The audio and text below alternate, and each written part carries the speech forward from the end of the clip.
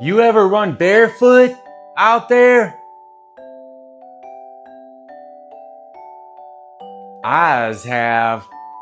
Somebody once asked me, Purdy, why the hell you out there running without shoes? Ain't that bad for your feet? And you know what I told them? The shoes, they's the problems. Think about it. People got lots of foot problems out there. Bunions, corns, collapsed arches, hammer toes. Whole damn foot industry dedicated to fixing them. Orthotics, surgeries, podiatrists, driving Mercedes-Benz, while your grandma's over here shoving cotton balls between her toes just so she can walk to the fridge. But back before we got fancy, before Nike told us we needed arch support and memory foam insoles, you ever hear about cavemen having plantar fasciitis? No. Well, I've heard about Bob having plantar fasciitis and some assitis, but that's another story altogether for another days. If people didn't wear shoes, 99.9% of our foot problems, these would all go away and we wouldn't have any.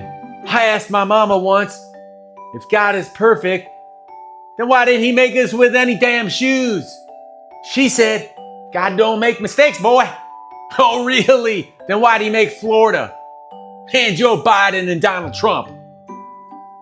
That is a good one, isn't it? But seriously, if he's so perfect, he created us knowing there'd be glass, hot asphalt, fire ants, and a bunch of horse shit on the grounds where we walk. And whatever the hell that black mystery stuff is on the sidewalk, like gum. And still, no shoes, he didn't make us with them. Which means one of three things, Bob, if you can even count that fucking high. Number one, he's an idiot, which is doubtful because the guy did make mangoes and orgasms, after all. Or number two, he don't exist at all, which would be a bit of a bummer because I wanted to go to heavens. And not lay in the dirt all day like Bob does even now in life. Or number three, we're built for this. Like all the other damn animals out there that are born naked and start running through the forest. We're built for this. Maybe our feet were meant to handle it.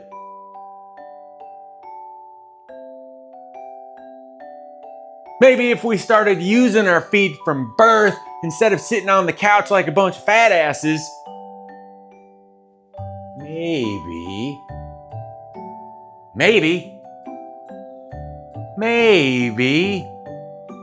they'd be as tough as old school truck tires. Or as tough as Bob's mom is over there. She's like nails times sledgehammer materials. Instead, we swaddle baby feet in little cute booties. Slap sneakers on toddlers.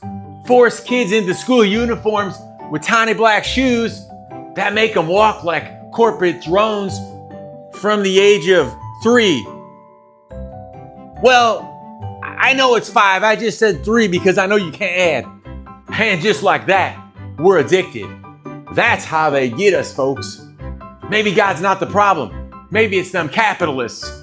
You ever think about that? Who makes money off weak feet? Shoe companies, doctors, the whole damn foot care industrial complex. They crank out shoes in factories overseas and they pay them workers 10 damn cents a day. Now that might have been good back in Bob's grandparents' day when a house cost 10 cents, but it ain't shit now. Stitch together some leather and rubber, not rubbers, Bob, rubber for the shoes. And then they turn around and sell these damn shoes back to us for $200 a pair. Does that make any sense? They make them for 10 cents a day. The people don't make shit. They can't eat or buy a house. And then they get shipped back overseas and you got to pay them delivery charges. I'm sure that all gets tacked on. And then they're in the mall for like $200. They tell us we need them. Sell us comfort and support.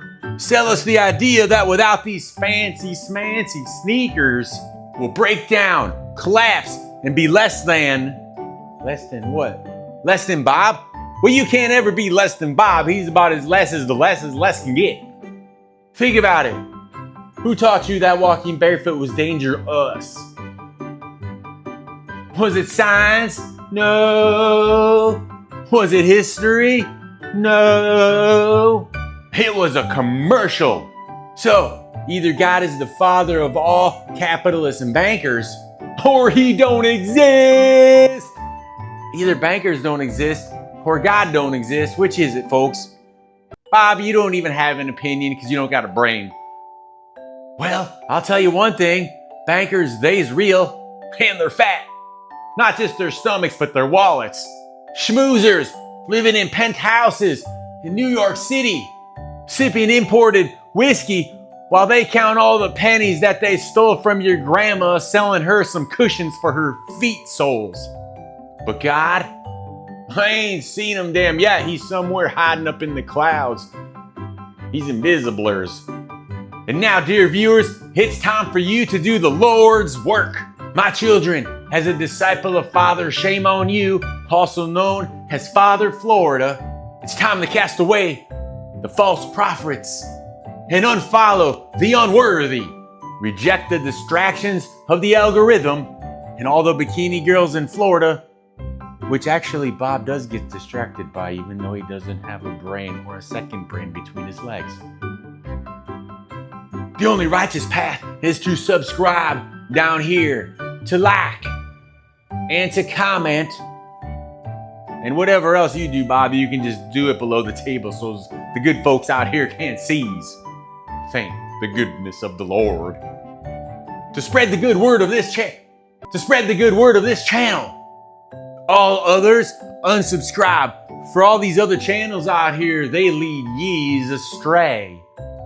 And while you're doing it, take off your shoes. Go for a walk outside like I do. I'm a barefoot runner.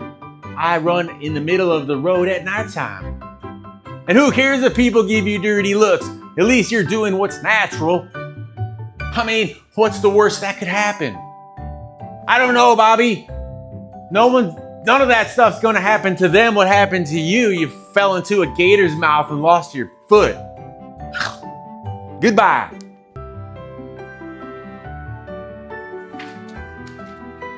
You know what to do, guys. Hit that like button and subscribe. You feel me? You better feel me, because you'll be touching the like button. Now, goodbye.